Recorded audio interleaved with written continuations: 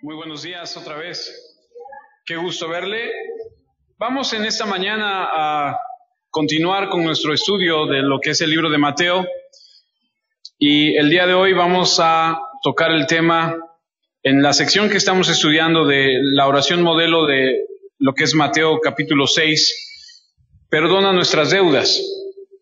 Hemos venido desglosando paso por paso, casi palabra por palabra, lo que la oración modelo que nos enseña nuestro Señor Jesucristo, que es el Padre nuestro, nos tiene en su palabra. Y así que el día de hoy comenzamos con esta nueva sección que vamos a ver, que habla de perdona nuestras deudas. Así que si me permite, vamos a empezar desde el capítulo 6 de Mateo en el versículo 9 y vamos a ir hasta el versículo 15 esta mañana. Así que si usted trajo su Biblia, le pido que me acompañe. Si no la trae, ahí todavía hasta el día de hoy está la pantalla. Vamos a leer lo que dice Mateo 6, versículo 9.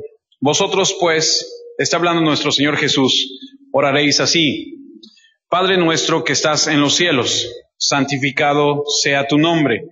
Venga tu reino, hágase tu voluntad como en el cielo, así también en la tierra.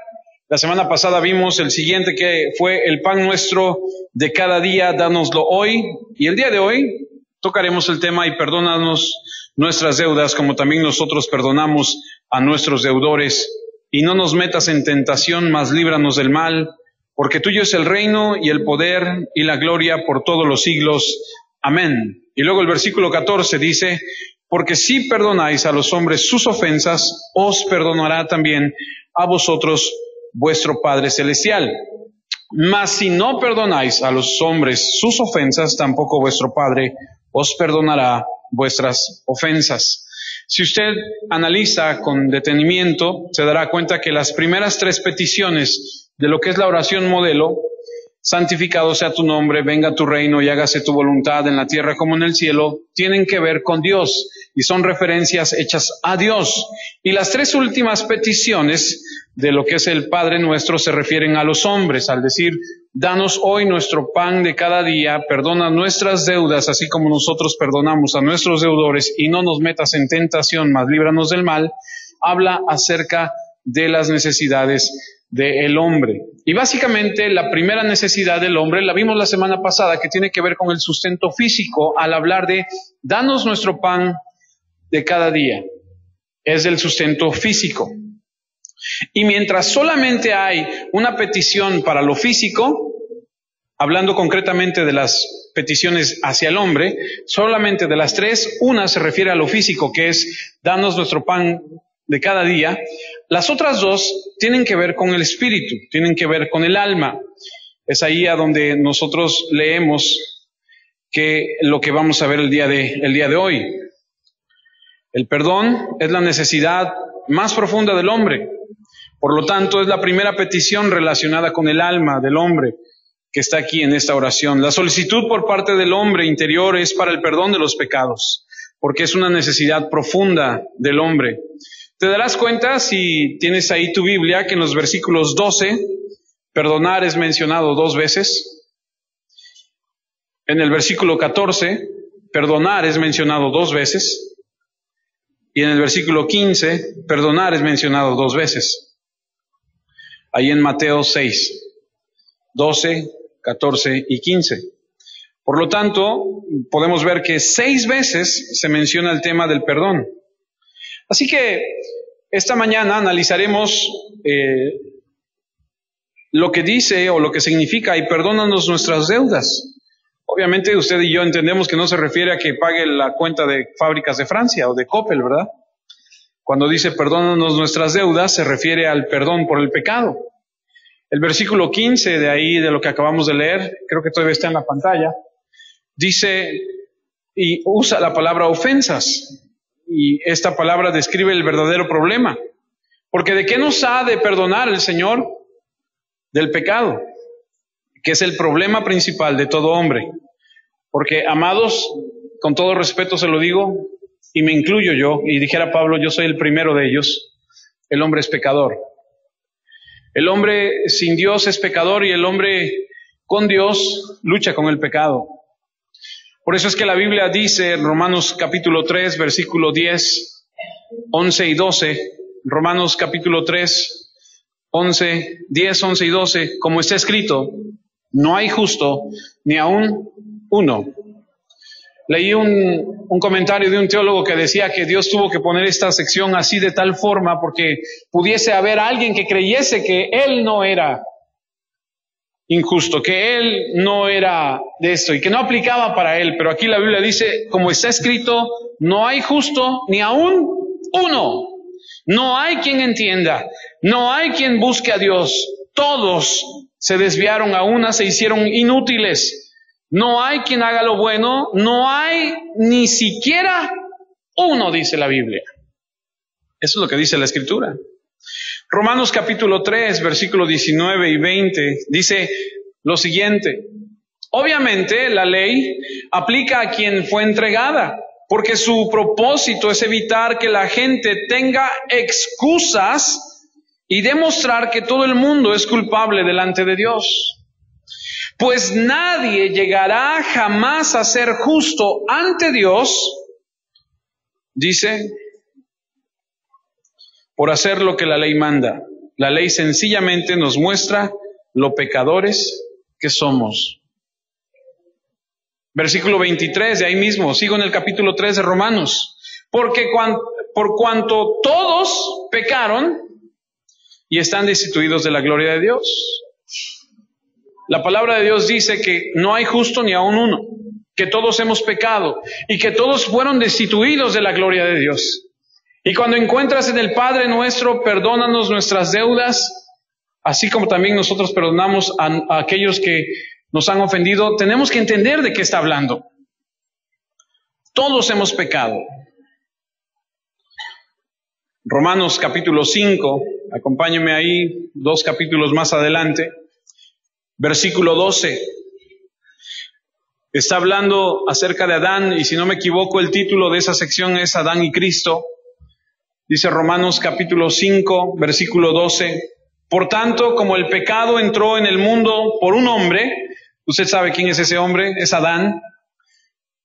Por tanto, como el pecado entró en el mundo por un hombre y por el pecado la muerte, así la muerte pasó a todos los hombres por cuanto todos pecaron. Y entonces el punto es establecer que el mayor problema que el hombre tiene en su vida, en esta tierra, es el pecado. Y el Señor Jesucristo, a través de la oración modelo, nos enseña que el pecado es el problema, y es por eso que dice, perdónanos nuestras deudas. El Salmo 51, versículo 5, aún David reconoce y dice que aún desde que él nació, dice el Salmo 51, 5, he aquí en maldad he sido formado y en pecado me concibió mi madre. El hombre tiene este serio problema, el pecado. Cuando alguien tiene un problema con otra persona, cuando un matrimonio está sufriendo ruptura, cuando un hogar está desequilibrado, cuando se rompe una amistad, cuando hay dolor, cuando hay angustia, cuando hay muerte, déjeme decirle que la raíz de todo eso es el pecado. Es el dominador común. Y se le compara en la Escritura como el veneno de serpientes, como hedor a muerte. Y trágicamente, desde el punto de vista en cuanto a lo humano, no existe absolutamente nada que tú y yo podamos hacer, estoy hablando en lo humano, para que este problema sea quitado. Es por eso que el profeta Jeremías escribe y dice, ¿acaso el etíope podrá mudar de piel? ¿Podrá cambiar de color el etíope? Usted sabe que los etíopes son chulos, negros, lo sabe, ¿verdad? Morenos. ¿Acaso podrá cambiar? No. ¿Acaso el leopardo podrá quitarse sus manchas? No. Eso está en Jeremías.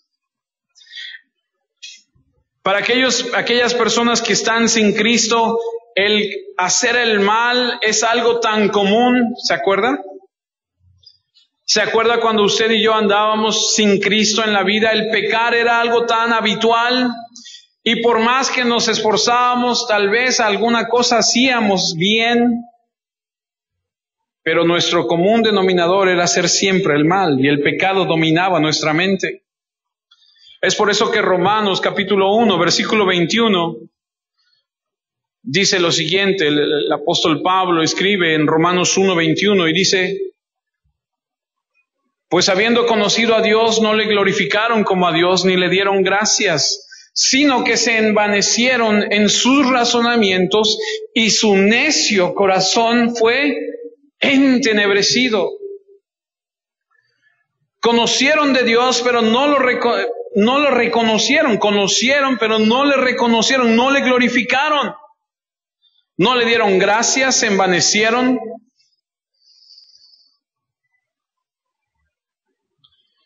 Juan capítulo 3, versículo 19.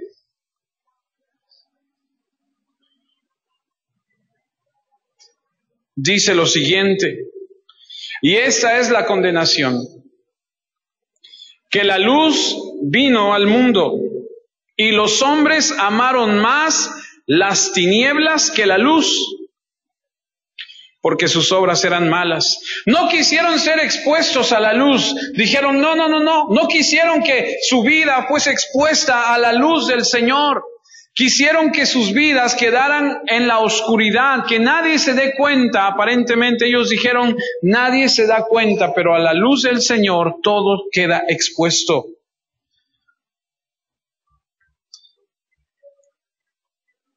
El pecado trae a los hombres bajo el control de Satanás. Dice Efesios 2. Acompáñeme al libro de Efesios, al capítulo 2. Al versículo 1, 2 y 3. Pablo una vez más escribe en Efesios capítulo 2, versículo 1, 2 y 3. Y Él os dio vida a vosotros cuando estabais muertos en vuestros delitos y pecados. Estábamos muertos en nuestros pecados, en los cuales anduvisteis en otro tiempo, siguiendo la corriente de este mundo, conforme al príncipe de la potestad del aire, el espíritu que opera en los hijos de desobediencia. Aquí está hablando de Satanás, entre los cuales también todos nosotros vivíamos en otro tiempo, en los deseos de nuestra carne, haciendo la voluntad de la carne y de los pensamientos, y éramos por naturaleza hijos de ira, lo mismo que los demás. Eso éramos nosotros antes. Nos dejábamos guiar por nuestra mente, por nuestra carne, por nuestras emociones. El pecado nos dominaba, no considerábamos a Dios en nada. Y el pecado lleva a la gente bajo la ira divina y se convierten en hijos de ira. El hombre tiene este problema profundo y el pecado es su problema. Así que nuestro Señor, cuando está enseñando esta oración modelo, cuando Él enseña cómo debemos orar, nos enseña que nosotros debemos ir ante Dios y reconocer que necesitamos de su perdón, porque es la necesidad más profunda. En nuestras oraciones debe existir este elemento de reconocer nuestro pecado. Eso es lo que está diciendo. El versículo 12 dice, y perdónanos nuestras deudas, como también nosotros perdonamos a nuestros deudores. Ahora, la palabra pecado en la Biblia, estimados, amados, es descrita con varios vocablos. La palabra pecado en la Biblia se describe de varias formas, tiene diferentes sugerencias o indicaciones. No es que sea un pecado más grande que otro. La palabra pecado es pecado. Como se lo he dicho en otras ocasiones, no es un error. Un error es ponerle una H donde no va o dar vuelta a la izquierda cuando era a la derecha. Pecado es pecado. Pero tiene como varias connotaciones. Es decir, en algunos casos vas a leer que la palabra o lo que se utiliza para describir el pecado sugiere como alguien que falla al blanco. Como aquel que avienta una flecha y no le da al blanco. Como alguien que traspasa un límite. Y en esta escritura que estamos leyendo se utiliza para la palabra pecado deuda.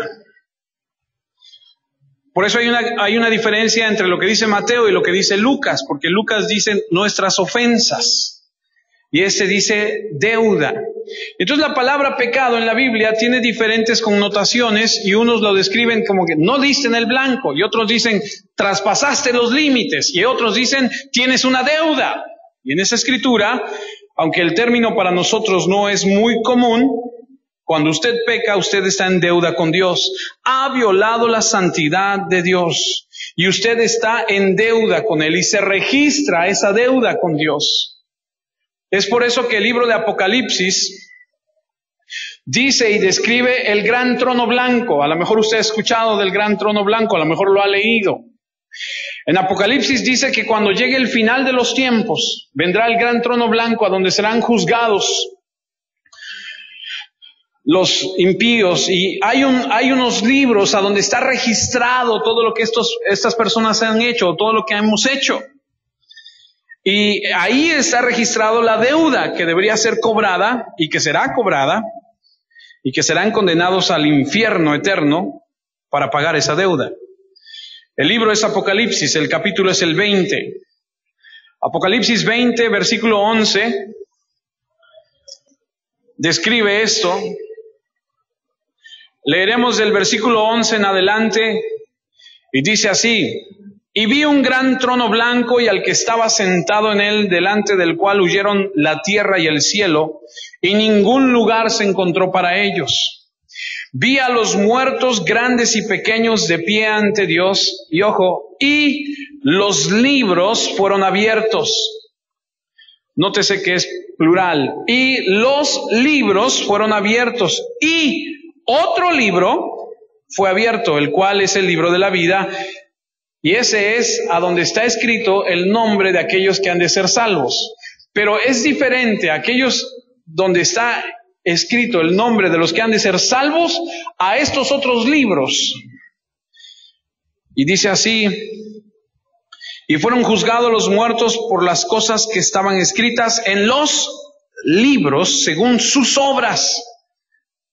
Y el mar entregó los muertos que había en él, y la muerte y el Hades entregaron los muertos que había en ellos, y fueron juzgados cada uno según sus obras. Y la muerte y el Hades fueron lanzados al lago de fuego, y esta es la muerte segunda. Y el que no se halló inscrito en el libro de la vida fue lanzado al lago de fuego. ¿Lo ves? El pecado es una deuda. Tienen un registro en los libros de lo que estás haciendo.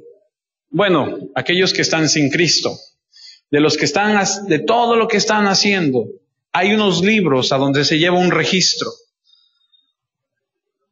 Ahora, es posible que te interese saber que para los judíos en la época de Mateo se utilizaba la palabra coba, que era referirse a, tienes una coba, es decir, tienes una deuda con Dios por cómo te estás portando.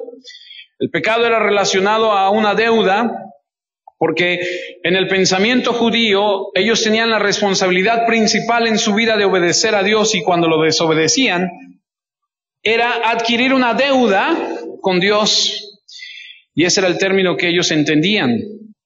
Por eso le digo que en Lucas no menciona perdona nuestras deudas, él dice perdona nuestras ofensas o nuestros pecados, pero son distintas maneras de nombrarlo.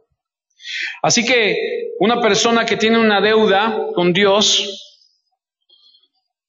es una deuda impagable. ¿Se acuerda del siervo infiel?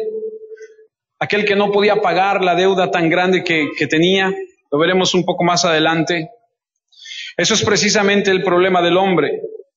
Somos pecadores que tenemos una deuda que es tan monstruosa que no se podría pagar nunca. Incluso Pedro le dice al Señor Jesús: apártate de mí, porque soy hombre pecador. Y Pablo le dice: de los pecadores yo soy el primero. Jesús enseñó a todos los hombres en todas partes a orar esta oración y a decirle a nuestro Padre que está en los cielos: perdónanos nuestras deudas. Y al hacerlo expuso el problema universal del pecado que todo hombre tiene. Así que todo hombre necesita sinceramente ser enfrentado a la realidad de su carácter y darse cuenta de la deuda que tiene con Dios.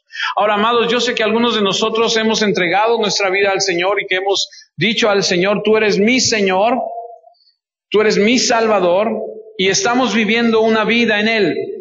y estamos tratando de llevar las cosas como Él manda.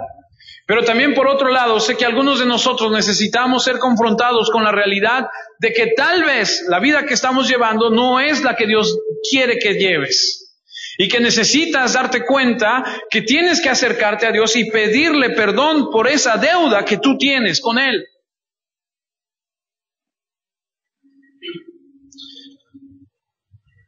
Eso nos lleva a la segunda palabra, que es el perdón. Si el pecado es el problema, el perdón es la solución. Perdónanos nuestras deudas. ¿Y te das cuenta cómo la oración no es perdóname mi deuda? Es colectivo. Perdónanos nuestras deudas, que incluye a los demás. Y aquí hay un sentido de comunidad, porque todos estamos en el mismo barco, si me permite.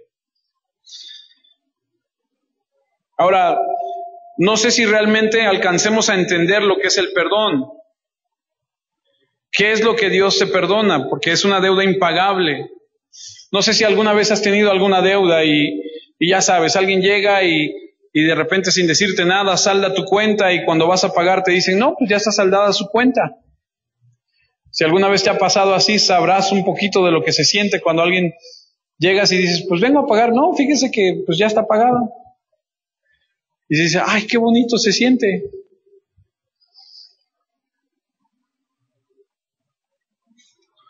Pero ¿de qué estamos hablando y de qué clase de deuda es la que se está hablando?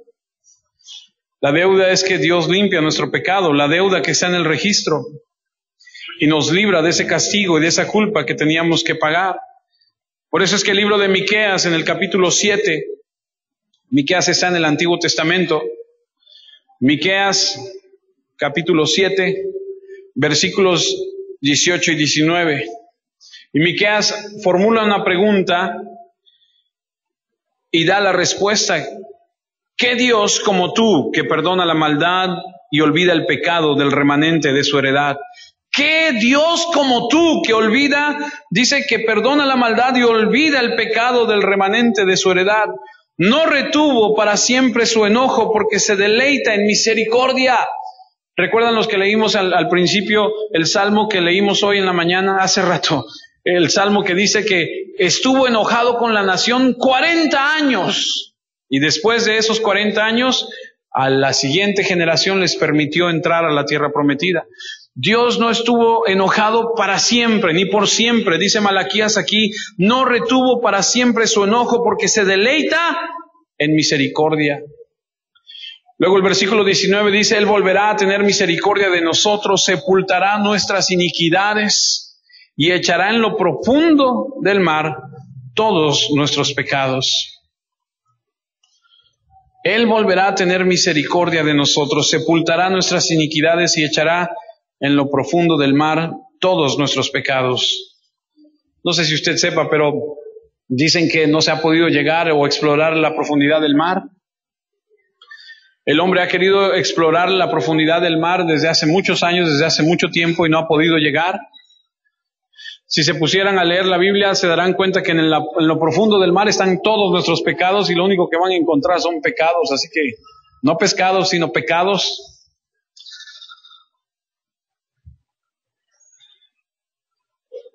Dios es un Dios que se deleita en la misericordia,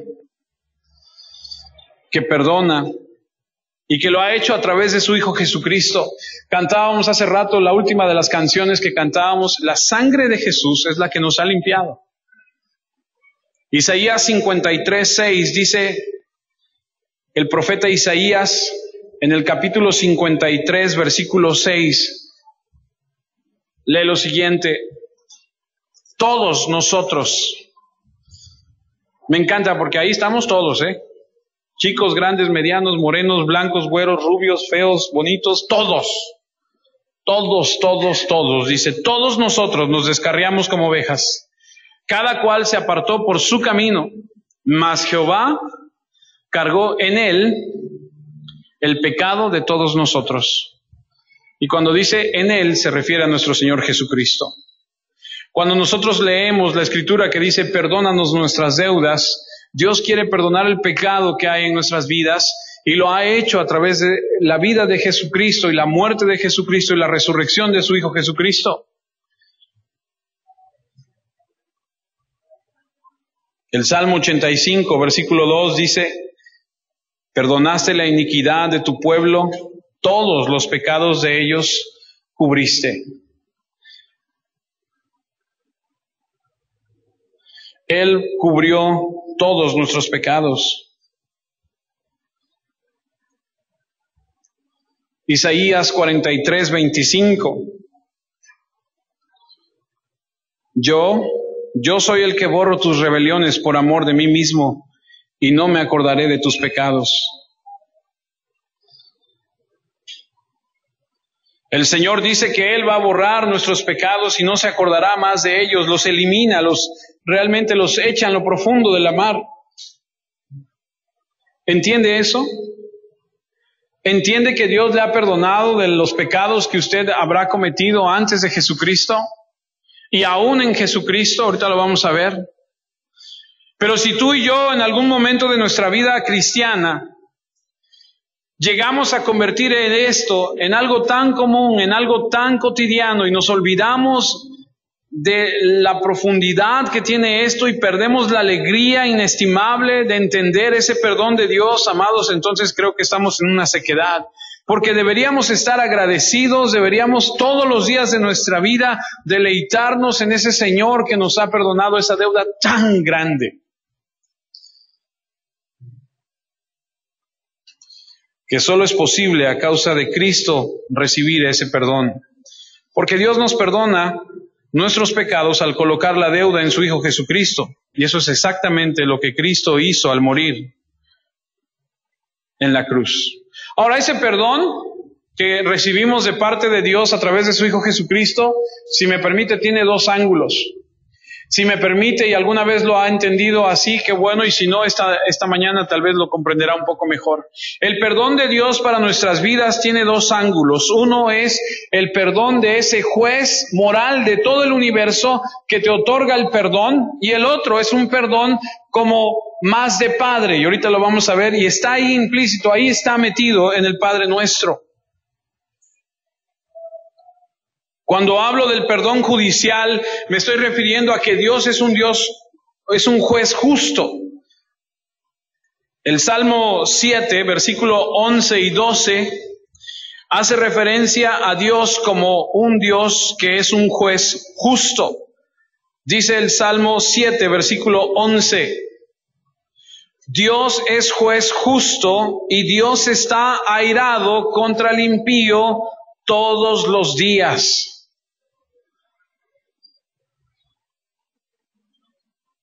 Esa onda de Dios ama al pecador pero aborrece el pecado, no la vas a encontrar en la Biblia.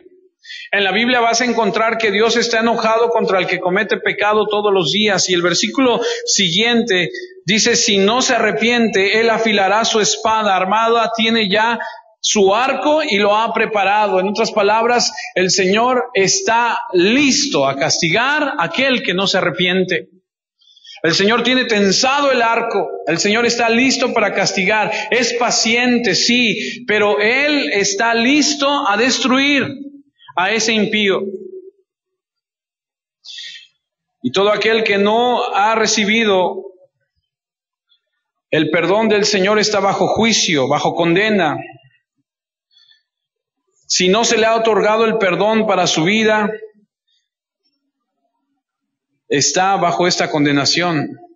Pero Cristo, bendito sea su nombre, vino y entregó su vida y llevó ese castigo, tomó esa culpabilidad, pagó por el pecado,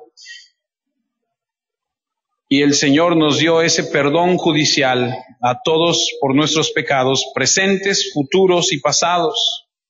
Hemos sido perdonados por completo y para siempre, y estamos justificados en todas las cosas para siempre. Porque el pecado se coloca en Cristo y su justicia es colocada en nosotros y Dios nos declara judicialmente justificados. Ahora escuché de alguien que decía, pues entonces ya puedo hacer lo que yo quiera. No. Entonces ya soy justificado, sí. Entonces ya puedo pecar y puedo hacer de mi vida lo que... No has entendido lo que está pasando. No has comprendido del amor de Dios para tu vida. Porque no se trata de que tú escuches y digas, bueno, entonces si Dios ya me perdonó los pecados del pasado, los del presente y todos los que pudiera yo cometer de aquí para adelante, quiere decir que yo puedo hacer con mi vida lo que yo quiera. No has entendido. No has entendido, porque ese amor que Él te da y ese perdón que Él te brinda es para hacerte reaccionar y decir, Señor, yo no quiero seguir haciendo eso, no quiero seguir ofendiéndote, quiero vivir una vida que te agrade a ti y vivir de acuerdo a lo que tú quieres. No quiero jamás volver a ofenderte.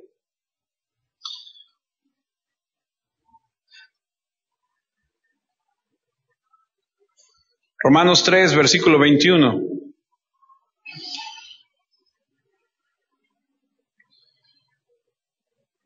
Pero ahora, tal como se prometió tiempo atrás en los escritos de Moisés y de los profetas, Dios nos ha mostrado cómo podemos ser justos ante Él sin cumplir con las exigencias de la ley.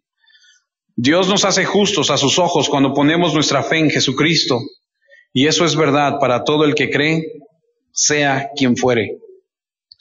Pues todos hemos pecado, nadie puede alcanzar la meta gloriosa establecida por Dios. Sin embargo, Dios nos declara justos gratuita y bondadosamente por medio de Cristo Jesús, quien nos libró del castigo de nuestros pecados. Pues Dios ofreció a Jesús como el sacrificio por el pecado. Las personas son declaradas justas a los ojos de Dios cuando creen que Jesús sacrificó su vida al derramar su sangre. Ese sacrificio muestra que Dios actuó con justicia cuando se contuvo y no castigó a los que pecaron en el pasado. Eres declarado justo por lo que Cristo hizo en la cruz. Pero eso no nos da libertad de pecar, de hacer lo que querramos con nuestra vida. Quien actúa así, creo que no ha entendido y no ha nacido de nuevo. Quien actúa así, creo que no comprende el sacrificio y el perdón que Dios le ha otorgado. Mateo 26, 28, Jesús declara y dice, porque esto es mi sangre del nuevo pacto, que por muchos es derramada para remisión de los pecados. Mateo 26, 28.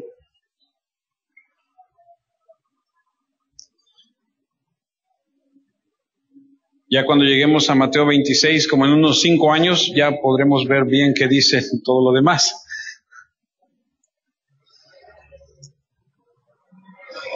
Efesios 1:7 dice, en quien tenemos redención por su sangre, el perdón de pecados, según las riquezas de su gracia. Efesios 1:7. Ahí mismo en Efesios, me espero para que lleguen.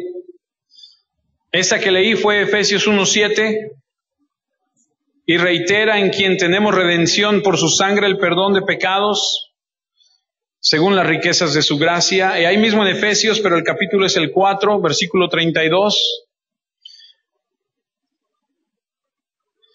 Efesios es en el Nuevo Testamento.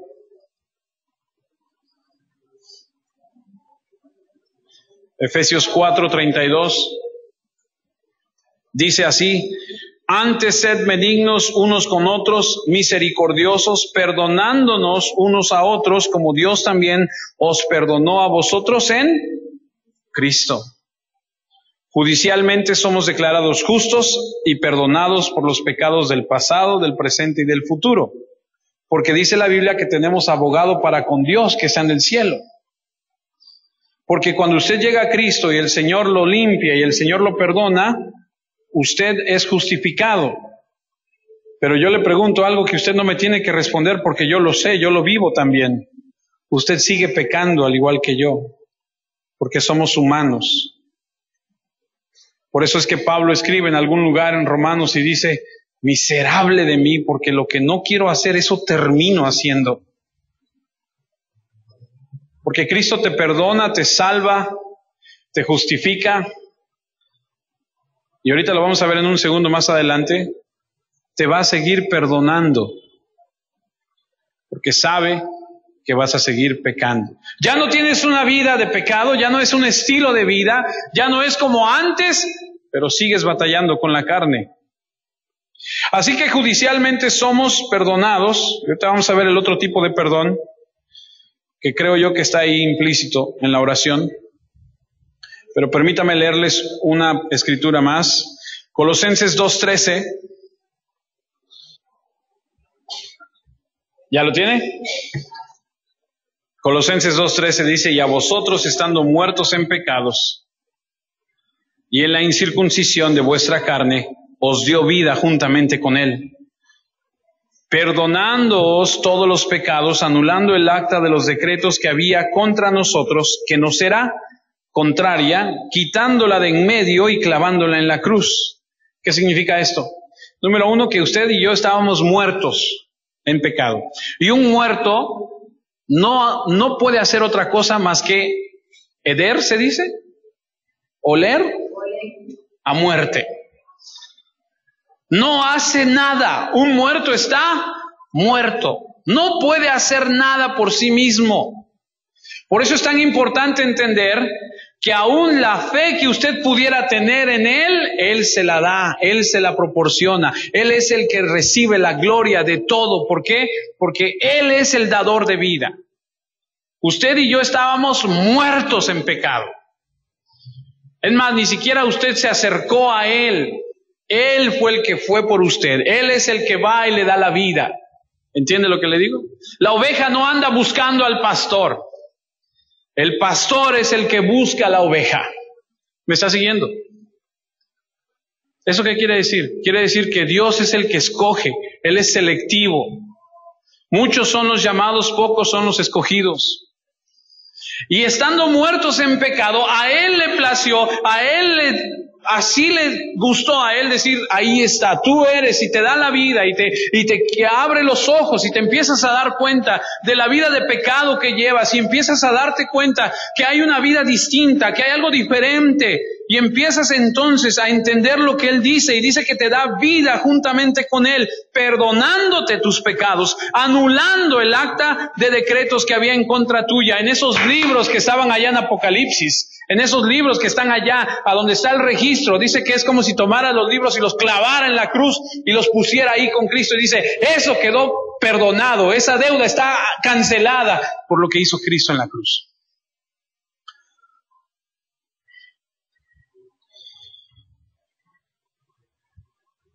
Él pagó la pena.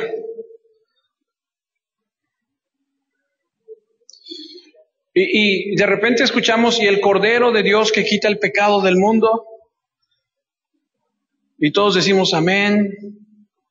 Y todos decimos, sí, el Cordero. Pero no entendemos qué pasa. No entendemos qué es, por qué es el Cordero. ¿Por qué? Y algunos hasta dicen, danos la paz, ¿no? ¿Cómo es? Cuando dicen, ¿por qué es el Cordero? ¿Por qué es que tuvo que sacrificarse? ¿Por qué tuvo que derramar su sangre? ¿Qué es lo que sucedió en esa cruz?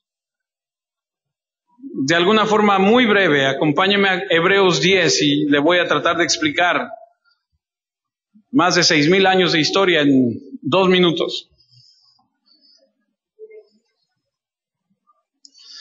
Hebreos capítulo 10, versículo 1. Nos va a hablar un poquito acerca del sistema que existía en el Antiguo Testamento y de cómo se llevaban a cabo los sacrificios. Usted recuerda la historia de Adán y Eva, ¿cierto? Adán y Eva estaban en el huerto del Edén, y cuando Adán y Eva reciben instrucciones de parte de Dios, que Dios les dice, pueden comer de todos los árboles menos de este y de este, y ellos desobedecen, ¿se acuerdan? ¿Y cuántas veces pecó Adán para ser expulsado del huerto del Edén? Eso habla de la gravedad que existe en el pecado. O sea, con Dios no se juega, con Dios no, o sea, para Dios es una sola vez. Dios nos mostró desde un principio que Él no tolera el pecado. Adán pecó una vez y vámonos para afuera. Y nosotros decimos, no, dale chance hoy. O sea, Dios no es como nosotros. Ese es el único punto que quiero aclarar. Y entonces Adán y Eva pecan y se visten con hojas de higuera. ¿Lo ha leído? Si no, vaya a casa y lea Génesis 3. Se tejen unos vestidos de higuera y se cubren su desnudez, porque la desnudez habla de la condición espiritual del hombre. Y entonces dice que el Señor se paseaba por el huerto del Edén y cuando de repente ellos lo vieron, se escondieron como alguien se puede esconder de Dios, ¿cierto? Se esconden y Dios les dice, ¿dónde estás?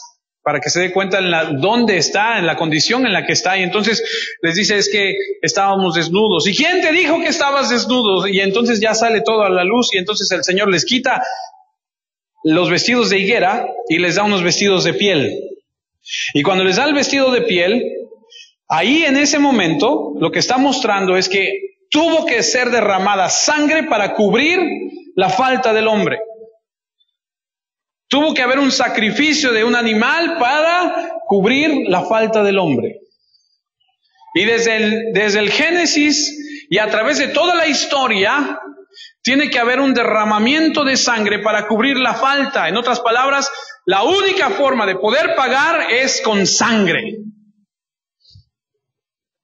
Y esa sangre que habría de pagar es la sangre de alguien perfecto, sin mancha, puro, un inocente. ¿Por qué crees que nos comparan con ovejas? ¿Has leído la Escritura? Somos ovejas de su rebaño, de su prado. Él es el buen pastor, somos ovejas. Tú estudia las ovejas, te vas a dar cuenta que la oveja no tiene garras, no tiene dientes, no tiene alas, es inútil. No se puede defender. Y entonces, Dios establece que a través del sacrificio de estos animales y el derramamiento de sangre, es que va a haber una aceptación. Y llegamos a Hebreos 10. Le dije que eran como 6,000 años en 2 minutos, Ya vamos por el 3,000, así que todavía falta. Llegamos a Hebreos 10, versículo 1, y dice, el sistema antiguo bajo la ley de Moisés solo era una sombra, un tenue anticipo de las cosas buenas por venir, no las cosas buenas en sí mismas. Bajo aquel sistema se repetían los sacrificios una y otra vez, año tras año, pero nunca pudieron limpiar por completos a quienes venían a adorar.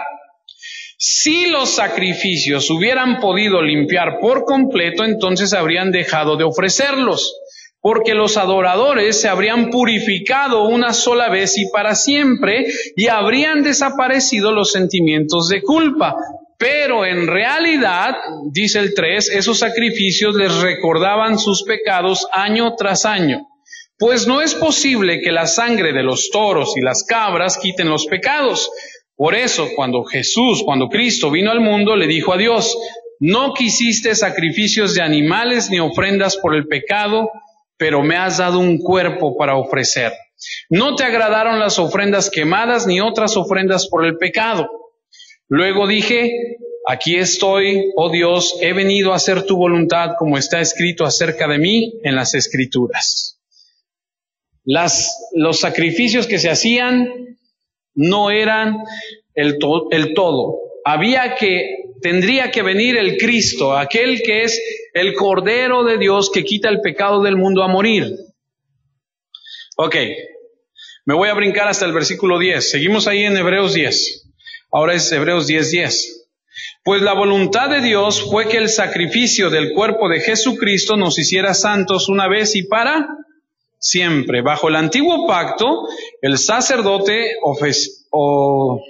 oficia de pie delante del altar día tras día, ofreciendo los mismos sacrificios una y otra vez, los cuales nunca pueden quitar los pecados. Pero nuestro sumo sacerdote se ofreció a sí mismo a Dios como un solo sacrificio por los pecados, válido para siempre. Luego se sentó en el lugar de honor a la derecha de Dios. Ahí espera hasta que sus enemigos sean humillados y puestos por debajo de sus pies, pues mediante esa única ofrenda, Él perfeccionó para siempre a los que está haciendo santos. Dice que somos perfeccionados. Yo le pregunto una cosa. ¿Usted es perfecto? No me tiene que responder porque yo sé la respuesta. No. El que perfecciona es Él. por Él es que somos perfectos. ¿Somos perfectos? No. Estamos caminando hacia la perfección, ya no pecando. Cuando caemos, Él nos levanta, nos santifica y seguimos. Hay muchas cosas que aquí quiero decirle y que no me va a dar tiempo de decirle todo, pero le quiero decir 2 o 3. Cuando en el Antiguo Testamento el sacerdote ofrecía un animal, era para cubrir las faltas, los pecados del pueblo. Pero eso no era la intención total del Señor, era solamente una sombra de lo que habría de venir. Y el sacerdote ofrecía el sacrificio y una vez al año entraba a la presencia de Dios atado del tobillo, porque si él estaba en pecado caía fulminado y había que arrastrarlo porque nadie podía entrar porque caía fulminado. Ofrecía lo que tenían que hacer y se salía rápido, no podía quedarse ahí. Ese era el sumo sacerdote. Pero llega Jesús, quien es sumo sacerdote para usted y para mí, y se ofrece Él. Y Él derrama su sangre. Y cuando Él derrama su sangre, dice la Escritura, que entonces se sienta a la diestra de Dios. ¿Ha escuchado esa parte? Jesús está sentado a la diestra del Padre. Ok. Ese sentarse significa se acabó. Por eso Cristo en la cruz dice, consumado, se acabó. Ya no hay necesidad de seguir haciendo más y más y más y más. Yo lo he hecho todo. Y se sienta. Y entonces tú dices, ¿por qué se sienta? Porque ya no hay nada que hacer. Se sienta a la derecha del Padre, porque quien está sentado a la derecha del Padre es el que otorga el perdón. Lo hemos platicado en otras clases, ¿se acuerdan? Que cuando se reunían los sacerdotes, estaba el sumo sacerdote y el que estaba a la derecha dictaba el perdón y el que estaba a la izquierda dictaba la condena. Por eso Jesús se sienta a la derecha y no a la izquierda. Y hay tantas y tantas cosas que podemos aprender aquí, que cuando Cristo muere en esa cruz nos da su perdón, Él es el sacerdote, Él es el cordero, se sienta, ya no hay que repetirlo. El versículo 14, porque con una sola ofrenda hizo perfecto para siempre a los santificados, tiene que ver cuando Mateo 5, en el Sermón del Monte, Jesús dice, sean perfectos. Y tú dices, ¿cómo quiere que seamos perfectos si nadie es perfecto? No es que nosotros vamos a ser perfectos por nosotros mismos. Él nos hace y nos permite ser perfectos cuando nos sometemos a su voluntad. ¿Somos perfectos? No. ¿Deberíamos serlo? Sí. Seguimos adelante, seguimos pecando, cayendo, levantándonos, prosiguiendo. Y aquí es a donde entra el otro tipo de perdón, porque cuando tú llegas a Dios, que Él te lo permite y Él te otorga su perdón, es un perdón judicial y dice, se acabó la deuda. Pero a partir de ese momento, como hijo de Dios, empiezas a caminar en una relación con Él. Y usted me entenderá que tiene hijos. ¿Alguna vez un hijo suyo le ha ofendido en algo? Seguramente. ¿Alguna vez le ha hecho algo que no le ha agradado? Seguramente. ¿Y ha dejado de ser su hijo por eso? No. ¿Y la relación se ve afectada? Sí. ¿Estás dolido? ¿Estás ahí? Permítame usar este ejemplo. Y entonces la relación con tu hijo no se va a restaurar hasta que tu hijo venga y te diga, papá, mamá, perdóname, la regué, mira, hice algo mal y discúlpame. Y entonces, se vuelve a restaurar la relación. ¿Deja de ser tu hijo? No, de ninguna manera.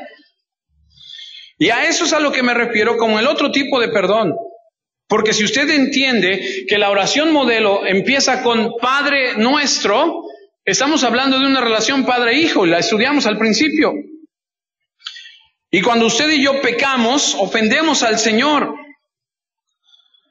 Pero ya no tenemos que otra vez, porque Cristo dice murió una sola vez y para siempre. Cristo ya no va otra vez a la cruz a morir por nosotros cada vez que usted y yo pequemos. Si fuese así, pues mejor que ni se baje, porque pecamos siempre.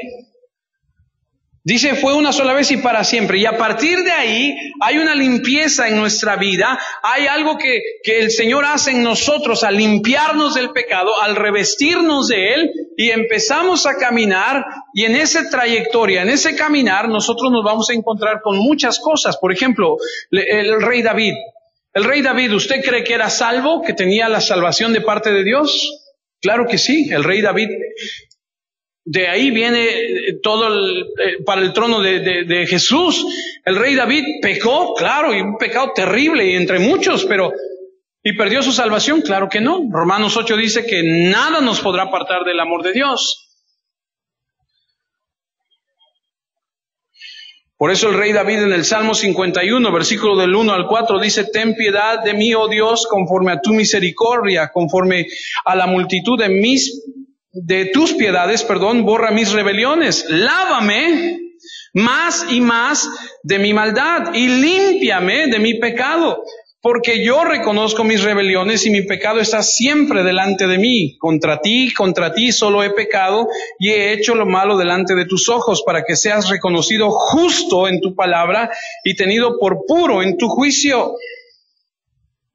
En otras palabras, yo soy el culpable, tú eres justo. Así que tenemos que ir al Padre y pedirle perdón por las veces que, después de aceptar a su Hijo Jesucristo y que Él nos ha lavado, podemos ir delante de Él y pedirle que nos limpie y que nos perdone. Es como el ejemplo cuando Jesús le lava los pies a los discípulos, ¿se acuerdan? No sé si se acuerdan, pero Jesús le va a lavar los pies a sus discípulos allá en Juan 13. Vamos para allá, Juan 13:1.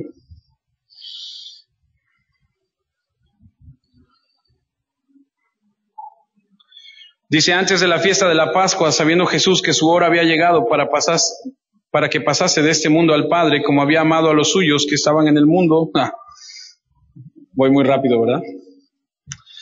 Antes de la fiesta de la Pascua, sabiendo Jesús que su hora había llegado para que pasase de este mundo al Padre, como había amado a los suyos que estaban en el mundo, los amó hasta el fin. Y cuando cenaban, como el diablo ya había puesto en el corazón de Judas Iscariote, hijo de Simón, que le entregase, sabiendo Jesús que el Padre le había dado todas las cosas en las manos y que había salido de Dios y a Dios iba, se levantó de la cena y se quitó su manto y tomando una toalla se la ciñó, es decir, se la amarró. Luego puso agua en el hebrillo y comenzó a lavar los pies de los discípulos y a enjugarlos con la toalla con que estaba ceñido. Entonces vino a Simón Pedro y Pedro le dijo: Señor, ¿tú me lavas los pies? Jesús respondió y le dijo: lo que yo hago tú no lo comprendes ahora, mas lo entenderás después. Pedro le dijo: no me lavarás los pies jamás. Jesús le respondió: si no te lavare, no tendrás parte conmigo. Y entonces Simón le dice: Señor, no solo mis pies, sino también las manos y la cabeza. Jesús le dijo: ahí va, el que está lavado no necesita sino lavarse los pies, pues está todo limpio. Y vosotros limpios estáis, aunque no todos, porque sabía quién lo iba a entregar, por eso dijo: no estáis limpios todos. ¿A qué se refiere? Cuando llegas a Cristo, el Señor te lava, te viste de Él, y en el caminar entre ese momento y cuando Dios te llame a cuentas, te vas a ensuciar los pies.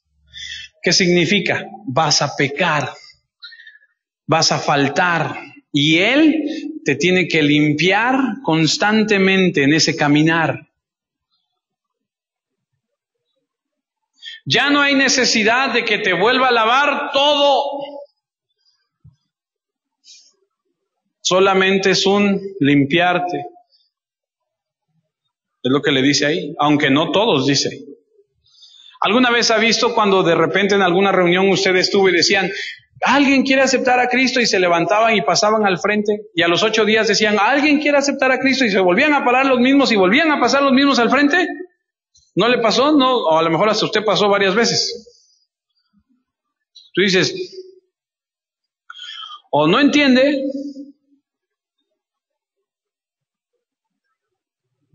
por eso yo les he dicho, en la iglesia nosotros sí creemos en la oración de acepte al Señor en su corazón, sí, claro, pero creemos más en un compromiso. Creemos más en que usted entienda en su corazón, en su mente, lo que usted está escuchando de la palabra de Dios. Por eso, si usted es de los redimidos del Señor y el Señor le ha perdonado, usted no podrá tener la actitud de decir: puedo hacer con mi vida entonces lo que yo quiera. ¡No! ¿Usted caminará en la santidad que Dios tiene para su vida? ¿Caerá? Claro que caerá. ¿Por qué? Porque somos carne y tenemos, dice la Biblia, una batalla diaria con la carne. Qué gloriosa verdad, que estamos limpios por la sangre del Cordero. El Salmo 32, versículo 1 al 5. Bienaventurado aquel cuya transgresión ha sido perdonada y cubierto su pecado. Bienaventurado el hombre a quien Jehová no culpa de iniquidad y en cuyo espíritu no hay engaño. Y mire cómo dice el versículo 3, mientras callé, mientras ocultes tu pecado, mientras no lo confieses, porque esto tiene que ver con confesión, mientras guardes tu pecado, mientras no lo confieses, dice aquí David, se envejecieron mis huesos en mi gemir todo el día. ¿Alguna vez ha visto a alguien que tiene una culpabilidad, que trae algo cargando? ¿Alguna vez ha hablado con alguien así que le dices, ¿qué tienes? No, nada. Se está secando por dentro. Tiene algo en su interior que no lo deja en paz. Y el rey David lo plasma de esta forma porque este Salmo 32 es el que él escribe después de haber cometido el adulterio con esta mujer. Mientras gemí, dice, todo el día. Porque de día y de noche se agravó sobre mí tu mano, se volvió mi verdor en sequedades de verano. Mi pecado te declaré y no encubrí mi iniquidad. Dije, confesaré mis transgresiones a Jehová y tú perdonaste la maldad de mi pecado. Tenemos que confesar al Señor nuestros pecados.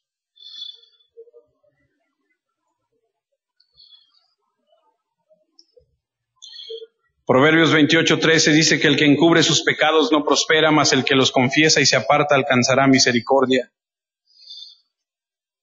La confesión, amados, es vital. Confesar el pecado no es fácil, pero es necesario. Por eso dice al final del versículo 12, así como nosotros perdonamos a nuestros deudores, perdónanos a nosotros también, Señor. Hay que confesar.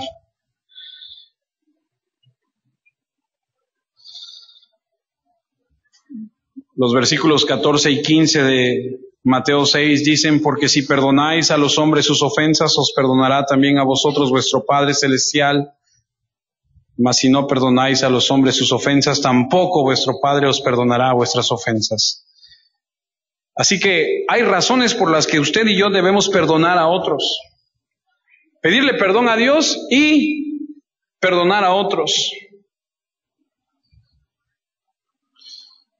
52 razones por las que debemos perdonar a otros. Número 1.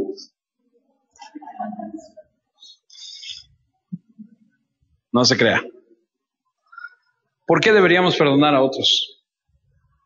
En primer lugar, llegamos con Dios, Él nos perdona de manera judicial, dice, estás limpio, de manera paternal, cuando le ofendemos nos vuelve a perdonar y nos limpia, pero también la Biblia dice que perdonemos a los que nos han ofendido, y hay algunas razones por las cuales nosotros podríamos perdonar, y creo que la primera sería porque demuestra tu carácter de santo, de cristiano, aunque me da pena decirlo. Yo sé que habemos cristianos, que nos decimos cristianos, que odiamos a otros y que tenemos resentimiento contra otros y que decimos, yo con ese ni a la esquina, yo a ese fulano no lo quiero ver nunca en mi vida y yo con esta persona nada que ver. Y nos decimos cristianos y eso es grave y eso no es de carácter del cristiano. Déjeme decirle que la Biblia en el capítulo 5 de Mateo, no lo digo yo, Mateo 5:43 dice, oísteis que fue dicho, amarás a tu prójimo y aborrecerás a tu enemigo. Está hablando Jesús, pero yo os digo, amad a vuestros enemigos, bendecid a los que os maldicen, haced el bien a los que os aborrecen y orad por los que os ultrajan y os persiguen, para que seáis hijo de vuestro Padre que está en los cielos, que hace salir su sol sobre malos y buenos y hace llover sobre justos e injustos. Porque si amas a los que os aman, ¿qué recompensa tendréis? ¿No hacen también lo mismo los publicanos? Y si saludáis a vuestros hermanos solamente, ¿qué hacéis de más? ¿Qué no hacen también así los gentiles? Sed pues vosotros perfectos. Otra vez ahí está la palabra perfectos, como vuestro Padre que está en los cielos es perfectos. La característica de un hijo de Dios es que perdona. ¿O ya se te olvidó todo lo que te perdonaron?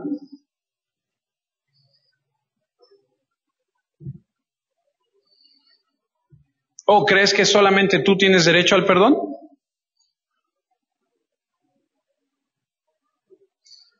¿Por qué no podemos perdonar a otros? Cuando alguien no quiere perdonar a otra persona, lo que realmente está diciendo con su actitud es que él es mayor que Dios. Porque si Dios, el mayor ofendido de toda la historia de la humanidad, pudo perdonar, tú, ¿por qué no vas a poder perdonar?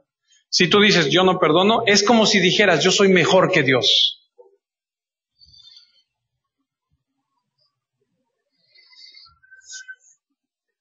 Otra razón por la que debemos perdonar. Porque Cristo nos dio el ejemplo. ¿Se acuerdan cuando está en la cruz Jesús? Dice, Padre, perdónalos porque no saben lo que hacen. Primera de Juan 2:6. Primera de Juan 2:6 dice, los que dicen que viven en Dios deben vivir como Jesús vivió. Muchos dicen, yo no soy Jesús. No, pues si eres cristiano, eres seguidor de Cristo y debes ser un reflejo de Cristo. Porque ¿acaso no dice la Biblia, ya no vivo yo, sino Cristo vive? Efesios 4:32, antes sed benignos unos con otros, misericordiosos, perdonándonos unos a otros como Dios también nos perdonó a vosotros en Cristo. Ninguno de nosotros ha sufrido lo que Cristo padeció y Él nos perdonó. Y Él establece el ejemplo. Tenemos que perdonarnos y es la característica de los santos. En tercer lugar, les prometo que ya está terminando, ya está casi por terminar. Yo sé que algunos ya no aguantan más porque ya lleva mucho, ya me quiero ir.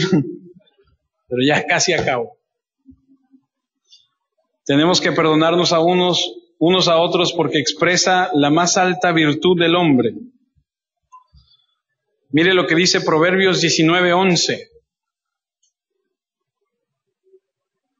La cordura del hombre detiene su furor y su honra es pasar por alto la ofensa. La exhibición más alta de la virtud en un hombre se demuestra ante una transgresión. Cuando alguien viene y te ofende,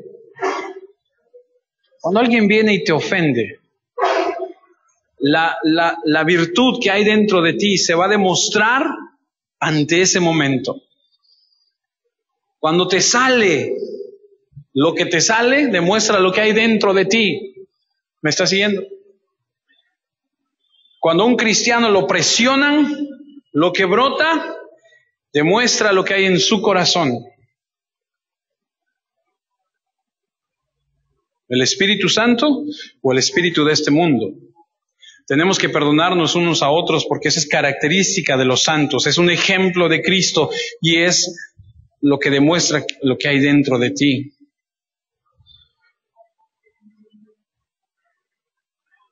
Ahora nada más quiero darle 3 pasos bien prácticos. Y yo sé que algunos de ustedes van a decir, no, eso está muy difícil. Pero si alguien te ha hecho algo y quieres perdonarlo, considera estos 3 pasos. Número 1, reconoce que te han ofendido. Porque algunos dicen, no, todo bien, no. Oye, pero te hice algo, mira, pero no, todo está bien, no pasa nada. Pero dentro de ti hay algo y tú lo sabes, pero eres tan orgulloso que no quieres reconocer. Ahí empieza todo. Por el otro lado, si tú has ofendido a alguien, ve con Dios, declara el pecado, admítelo, reconócelo, arrepiéntete y abandona esa situación. Número 2, ve con la persona a la que has ofendido y busca su perdón. Y número 1 es que vayas con Dios y le digas, Señor, creo que ofendí a alguien. Lo he ofendido, perdóname. Número 2, ve con la persona y busca su perdón. Y número 3, y este es algo más difícil, a lo mejor te sirva. Tú sabes que la Biblia dice que a donde está tu tesoro, ahí está tu corazón. Si tú sabes que has ofendido a alguien y esa persona está resentida contra ti, tú busca algo que le puedas llevar a esa persona en señal de tu arrepentimiento por haberle ofendido. Porque no hay mayor gozo que el de dar, no hay mayor alegría que el de dar. Ahora, yo sé que esto implica más que eso, porque algunos no nos lo van a aceptar, algunos nos van a mandar a volar y nos van a cerrar las puertas y nos van a decir no y no y no, así le lleves un 300 o un qué sé yo. Pero en lo que esté en tu poder, tú lleva a alguien algo de valor y dile, perdóname. Esto no va a restituir lo que te hice, pero en señal de mi buena voluntad te traje esto. Puede ser una gelatina. Y perdóneme, ya estoy siendo muy práctico. Pero Pedro le dice a nuestro Señor Jesús, ¿y hasta cuántas veces tengo que perdonar a alguien? Y habían dicho 3 y él dice, ¿hasta 7? Se va así como que muy generoso y el Señor le dice, no, usted sabe la respuesta. 70 veces 7. Inmediatamente después Jesús le da un ejemplo y le dice, había un siervo malvado, infiel, y ahí está la historia y usted la puede leer después en casa. Luego le digo dónde está porque ni yo la tengo aquí. Pero la historia dice que este siervo debía muchísimo y el rey lo perdona. Y luego él se encuentra a otro que le debía mucho menos y no lo perdona. Usted sabe la historia.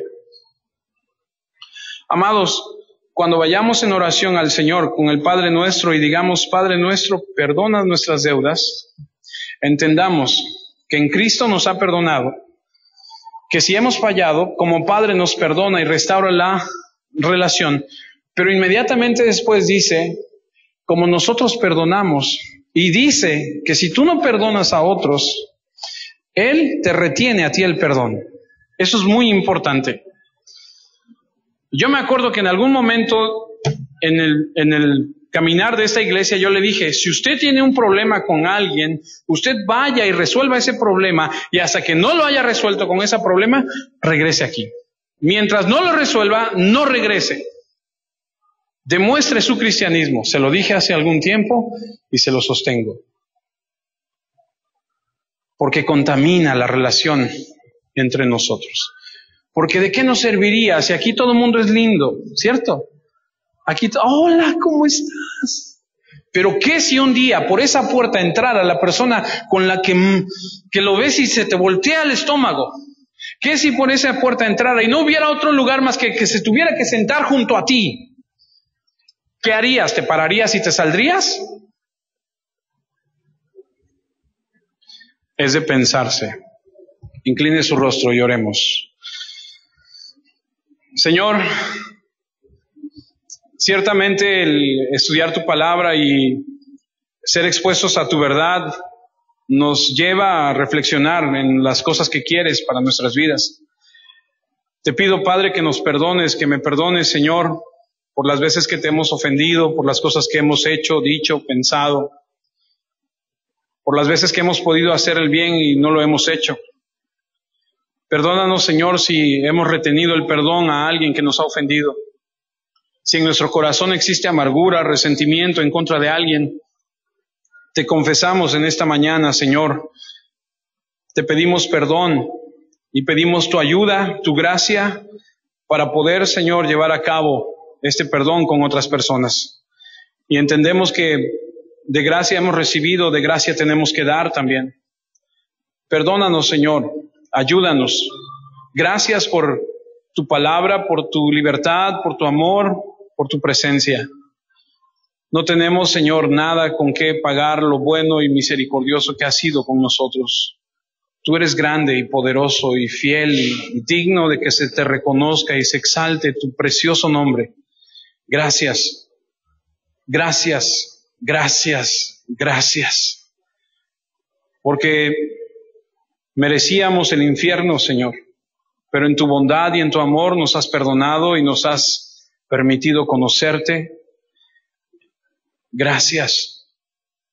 Gracias porque cuando estábamos, Señor, en ese pozo de la desesperación, en ese lodo, Señor, cuando estábamos hundidos en nuestros deleites, en nuestra carne, muertos en nuestros pecados, tú extendiste tu brazo. Por tu gran bondad y tu gran amor nos diste vida, nos perdonaste, nos diste un lugar en la familia, nos hiciste parte de ti, Señor, nos adoptaste como tus hijos. Gracias por habernos amado, Señor, cuando éramos tus enemigos. Gracias por habernos amado, Señor, cuando éramos, Señor, pecadores, alejados de ti, cuando no te considerábamos, cuando no pensábamos en ti, solamente en nosotros. Que nunca se nos olvide del lugar de donde nos sacaste. Que nunca se nos olvide, Señor, lo que hiciste por nosotros, para que de la misma forma, Señor, nosotros podamos ser misericordiosos y compasivos con aquellos que pudieran ofendernos. Que tengamos la misma actitud de tu Hijo Jesucristo, que cuando le golpearon, lo insultaron, no contestó nada, no dijo nada.